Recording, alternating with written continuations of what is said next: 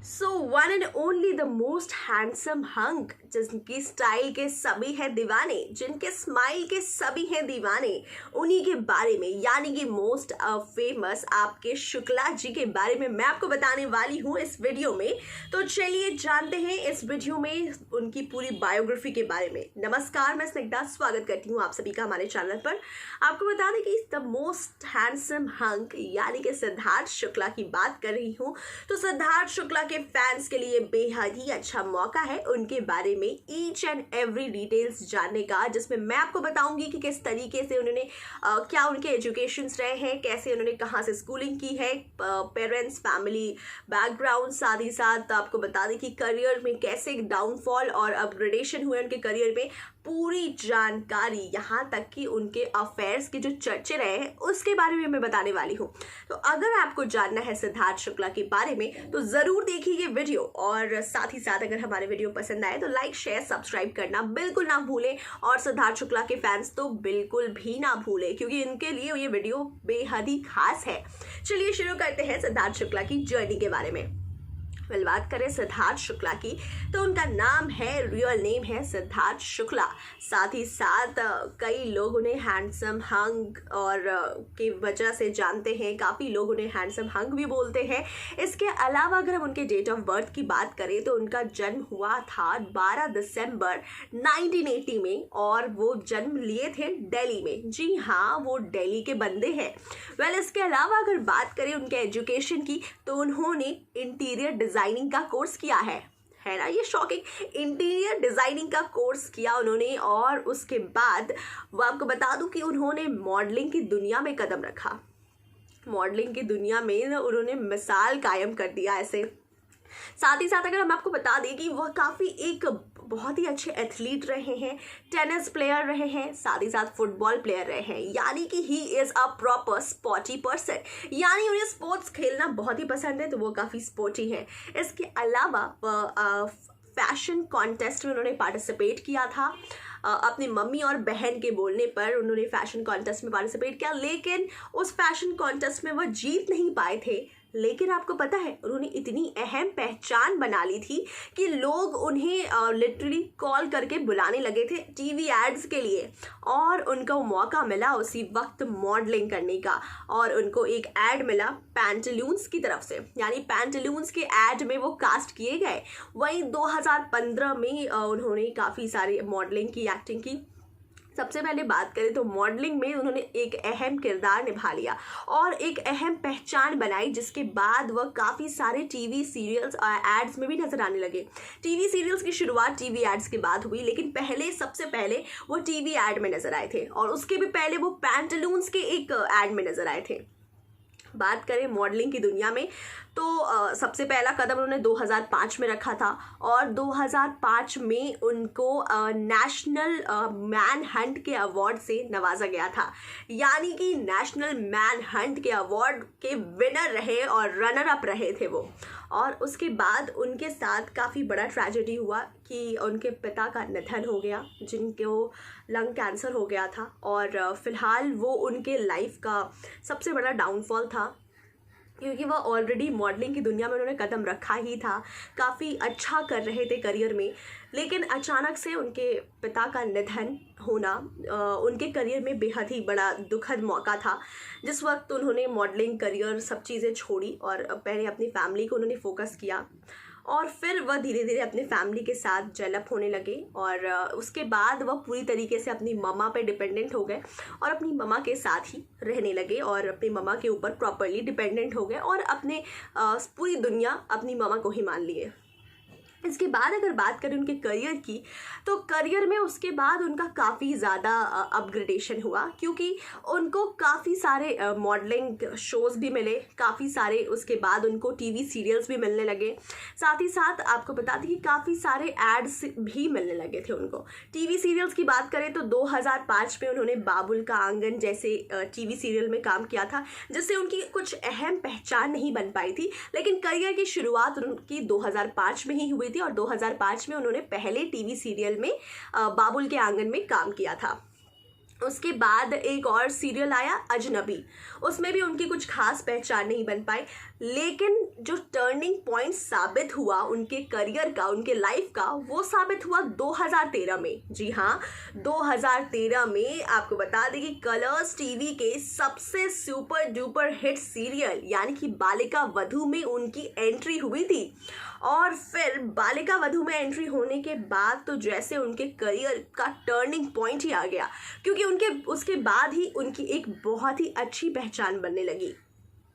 और पहचान बनने के बाद ही लोग उन्हें अप्रोच करने लगे और फिर वो टीवी इंडस्ट्री का एक जाना माना चेहरा बन चुके थे। और फिर अगर हम बात करें उसके बाद तो 2015 में वो झलक दिखला जा रियलिटी शोज में भी नजर आए। इसके अलावा वह सावधान इंडिया को होस्ट करते हुए भी नजर आए, यानी कि one of the most popular सावधान इंडिया में वो बतौर होस्ट नजर आ रहे थे। तो इस तरीके से जो सिद्धार्थ शुक्ला का करियर ग्राफ था वो बेहद ही अच्छा जाने लगा, यानी कि बालिका वधू जो टर्निंग पॉइंट आया उनके लाइफ में, उसके बाद से ही उनके करियर में ये पूरे अपग्रेडेशन होने लगे उनके करियर के, और वह काफ़ी अच्छे लेवल तक पहुंच गए। उसके बाद तो जैसे वो चमकते हुए सितारे की तरह चमकने लगे। ऐसे में झलक दिखला जा, सावधान इंडिया और कई तरीके के शोज में नजर आए। उसके बाद उनकी एंट्री हुई बॉलीवुड में। जी हाँ, उन्होंने बॉलीवुड फिल्म में काम किया है, वो भी आलिया भट्ट और वरुण धवन के साथ, और वो फिल्म सुपर डुपर हिट रही। खास तौर पर अगर हम सिद्धार्थ शुक्ला की एक्टिंग की बात करें तो हमटी शर्मा की दुल्हनिया में उन्होंने बेहद ही अच्छा किरदार निभाया था, जिसमें आलिया भट्ट के वो मंगेतर के तौर पर नजर आ रहे थे, और उसमें उन्होंने बेहद ही अच्छी और शानदार एक्टिंग की थी। और उसके बाद ही सिद्धार्थ शुक्ला तो बॉलीवुड इंडस्ट्री में भी छा गए।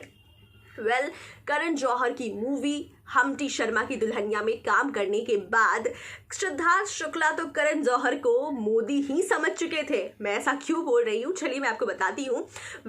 अच्छे दिन आ चुके थे उनके, क्योंकि जैसा आप सभी को पता है कि करण जौहर की फिल्म यानी करण जौहर के अंडर आने के बाद उनको ऐसे लगे थे कि अब उनके दिन अच्छे हो चुके हैं, अब उनके अच्छे दिन आ चुके हैं, और अब उनके करियर को ब्लूम मिलेगा और बेहद ही अच्छा अब उन्हें अपॉर्चुनिटीज़ मिलने वाली है आगे चलकर। जाहिर सी बात है, उसके बाद से उन्हें बेहद ही अच्छी अपॉर्चुनिटीज़ मिलने लगे, काफ़ी नए प्रोजेक्ट्स मिलने लगे करण जौहर के अंडर काम करने के बाद। वहीं अगर हम बात करें 2016 की, तो 2016 में उनको मौका मिला इंडियाज़ गॉट टैलेंट शो को होस्ट करने का, जहां वो बतौर एंकर यानी बतौर होस्ट बेहद ही अच्छे से उन्होंने होस्टिंग की थी और दर्शकों को काफ़ी एंटरटेन किया था। वहीं फिर से उनकी वापसी हुई टीवी सीरियल की दुनिया में, यानी छोटे पर्दे की दुनिया में 2017 में दिल से दिल तक में, जिसमें रश्मि देसाई और साथ ही साथ जैस्मिन भसीन भी थी, यानी ये दोनों की एंट्री उसी सीरियल से हुई थी, और सिद्धार्थ शुक्ला की एंट्री उसी 2017 में फिर से छोटे पर्दे पे आ गए थे। तो इस तरीके से ये दिल से दिल तक जो सीरियल था वो काफ़ी हिट रहा, क्योंकि रश्मि देसाई, जैस्मिन भसीन और सिद्धार्थ शुक्ला, ये तीनों का कॉम्बो था उस सीरियल में, और ये तीनों कमाल के एक्टर साबित हुए। उस सीरियल की बात करें तो वो सीरियल काफ़ी हिट रही। वहीं आपको बता दें कि सिद्धार्थ शुक्ला काफ़ी सारे रियलिटी शोज़ में भी नज़र आ चुके हैं, यानी कि खतरों के खिलाड़ी के सीज़न 7 में भी नज़र आ चुके हैं, और बेहद ही अच्छा परफॉर्म किया था उन्होंने। इसके अलावा अगर हम बात करें तो उन्हें काफ़ी सारे अवार्ड्स मिले हैं, क्योंकि उन्होंने इतनी अच्छी पहचान बना ली, इतना जाना माना चेहरा हो चुके थे कि उन्हें अवार्ड्स पे अवार्ड्स मिलते गए। और अवार्ड्स में आपको मैं कुछ अवार्ड्स के नाम बताती हूँ, किस किस अवार्ड से नवाजा गया उन्हें। तो सबसे पहले आपको तो बेस्ट एक्टर का अवार्ड मिला उन्हें मोस्ट फिट अवार्ड मिला, यानी मोस्ट फिट एक्टर। जी हाँ, अगर उनकी बॉडी की बात करें तो बॉडी तो बेहद ही, क्या बोल सकते हैं, वो हैंडसम हंक है आफ्टर ऑल। इसके अलावा उन्हें स्टार डस्ट अवार्ड से नवाजा गया, इसके अलावा उन्हें बिग ब्रेक अवार्ड से मिला, और इसके अलावा HD मोस्ट स्टाइलिस्ट अवार्ड मिला। तो इस तरीके से आपने देखा कि कितने सारे अवार्ड्स मिले हैं। सिद्धार्थ शुक्ला की जो जर्नी है वो कैसे बदल चुकी थी, किस तरीके से वो चमकते सितारे बन गए। इसके अलावा अगर हम बात करें उनके कंट्रोवर्शियल दुनिया की तो काफ़ी सारी कंट्रोवर्सीज जुड़ी रही। कंट्रोवर्सीज की बात करें तो दिल से दिल तक के सेट पर उनकी काफ़ी सारी लड़ाइयाँ चली और यहाँ तक कि उनकी को स्टार रश्मि देसाई के साथ भी काफ़ी लड़ाइयाँ चली थी, जिसके खबरें और चर्चे बिग बॉस के घर के अंदर भी देखने को मिला था। उसके बाद ही उन्होंने बिग बॉस 13 में एंट्री की थी और बिग बॉस 13 में रश्मि देसाई और सिद्धार्थ शुक्ला का वॉर देखने को मिला था। बिग बॉस 13 के विनर रह चुके हैं सिद्धार्थ शुक्ला और सिद्धार्थ शुक्ला की जो जर्नी की शुरुआत चमकते सितारे के साथ जो हुई थी वो बिग बॉस सीजन 13 से हुई थी। बिग बॉस सीजन 13 में आपने देखा था किस तरीके से शहनाज गिल और सिद्धार्थ शुक्ला की केमिस्ट्री हमें सभी को देखने को मिली थी और दर्शकों के बेहद ही ज्यादा दिल को छू लिया था सिद्धार्थ शुक्ला ने। तो सिडनाज के नाम से सिद्धार्थ ने अपनी पहचान बना ली थी बिग बॉस सीजन 13 में। इसके अलावा अगर उनके अफेयर्स की बात करें तो अफेयर्स के तो बहुत ही सारे चर्चे हैं। ऐसे में कुछ नाम मैं बता देती हूँ जिनमें रश्मि देसाई हैं, दृष्टि धामी हैं, आरती है, पवित्रा है, साथ ही साथ शहनाज है, शहनाज गिल सभी की चहेती। उनकी जोड़ी तो काफ़ी ज़्यादा फेमस है सिडनाज। तो ऐसे में अफेयर्स के चर्चे सिद्धार्थ शुक्ला के काफ़ी रहे, लेकिन उन्होंने जो मेन पहचान बनाई वो बिग बॉस 13 से बनाई और फिर बिग बॉस 13 के बाद उनकी एंट्री सीधे आ पहुंचे एज अ तूफानी senior recent big boss season 14 में। और बिग बॉस सीजन 14 में तो जैसे छा गए। बिग बॉस सीजन 13 में तो ऑलरेडी वो उन्होंने अपनी पहचान बना ली थी, पकड़ बना ली थी, लेकिन बिग बॉस सीजन 14 में आते ही उनका नाम चेंज हो गया टीआरपी किंग। जी हाँ, क्योंकि बिग बॉस सीजन 14 में जो भर भर कर टीआरपी आ रही थी वो सिद्धार्थ शुक्ला की वजह से ही आ रही थी। तो ये थी पूरी तमाम जर्नी सिद्धार्थ शुक्ला के बारे में जो मैंने आपको बताया इस वीडियो में। वीडियो पसंद आया तो लाइक शेयर सब्सक्राइब करना ना भूले। साथ ही साथ ये बताइए हमारे कमेंट सेक्शन में कि सिद्धार्थ शुक्ला आपको कितने पसंद है, जरूर बताएं हमारे कमेंट सेक्शन में। और अब कौन से एक्टर की बायोग्राफी जानना चाहते हैं ये भी साथ साथ बताएं हमारे कमेंट सेक्शन में। और तमाम बॉलीवुड खबरों के लिए देखते रहिए हमारा चैनल।